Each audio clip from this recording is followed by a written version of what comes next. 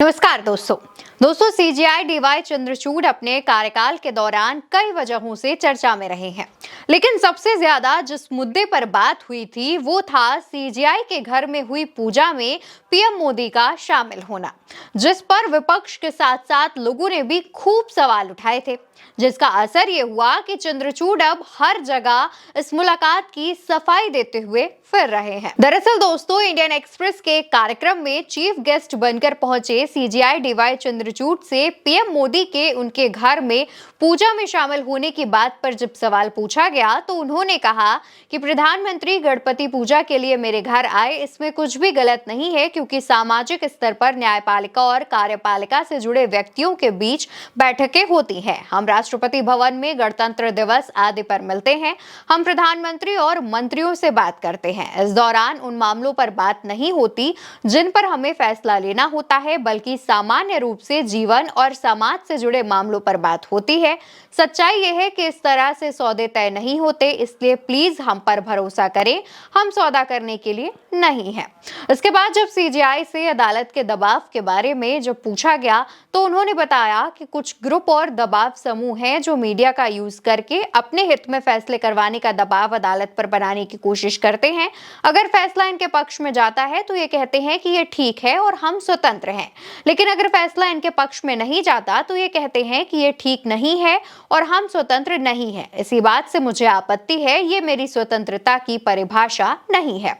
CGI से कई मामलों पर जमानत न दिए जाने को लेकर जब सवाल पूछा गया तो उस सवाल के जवाब पर सीजीआई ने कहा कि सीजीआई के तौर पर मेरे लिए ये गंभीर समस्या का विषय है कि निचली अदालतों को ये मैसेज नहीं पहुंचा है कि जमानत अपवाद नहीं बल्कि नियम है, इसलिए वो जमानत देने में अनिच्छा दिखाते हैं। अपनी बात करूं तो मैंने हमेशा कहा है कि मैंने ए से लेकर जेड तक, अर्नब से लेकर जुबैर तक को जमानत दी है, यही मेरी फिलॉसफी है। और जब सीजीआई से दिल्ली दंगे मामले में जेल में बंद उमर खालिद की जमानत में हो रही देरी पर सवाल पूछा गया तो सीजीआई ने बताया कि एक न्यायाधीश किसी मामले की सुनवाई करते समय अपने दिमाग का पूरा इस्तेमाल करता है और बिना किसी पक्षपात के उसके गुण दोष के आधार पर फैसला करता है। उन्होंने यह भी बताया कि मीडिया में एक विशेष मामला महत्वपूर्ण हो जाता है और फिर उसे विशेष मामले पर अदालत की आलोचना की जाती है। दोस्तों, सीजीआई चंद्रचूड़ ने यह भी बताया कि सीजीआई के रूप में कार्यभार संभालने के बाद मैंने जमानत मामलों को प्राथमिकता देने का फैसला किया, क्योंकि ये व्यक्तिगत स्वतंत्रता से संबंधित है। यह निर्णय लिया गया कि सुप्रीम कोर्ट की हर पीठ को कम से कम 10 जमानत मामलों की सुनवाई करनी चाहिए। 9 नवंबर 2022 से लेकर 1 नवंबर 2024 के बीच सुप्रीम कोर्ट में करीब 21,000 जमानत याचिकाएं दायर की गई थी। कुछ ऐसी जानकारी सीजीआई ने दी और उन्होंने ये भी बताया कि इस समय के दौरान करीब 81,358 जमानत याचिकाओं का निस्तारण किया गया था, यानी कि उन मामलों में दोषी लोगों को जमानत दी गई थी।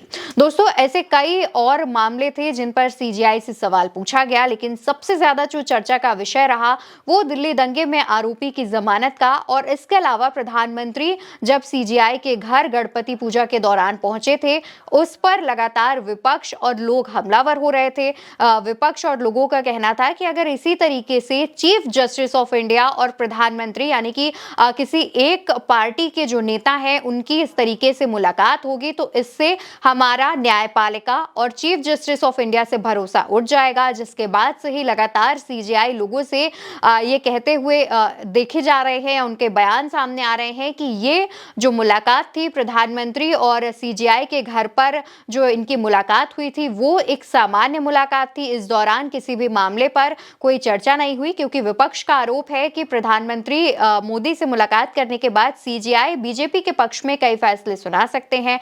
लोग भी कह रहे थे कि हम किस तरीके से सुप्रीम कोर्ट या फिर न्यायपालिकाओं पर भरोसा करेंगे अगर वो किसी एक पार्टी के हित के बारे में ही सोचेगी। जिसके बाद से जो प्रधानमंत्री नरेंद्र मोदी और सीजीआई की मुलाकात का जो मुद्दा था वो गरमाया हुआ था और लगातार लोग इस पर सवाल उठा रहे थे, सवाल पूछ रहे थे।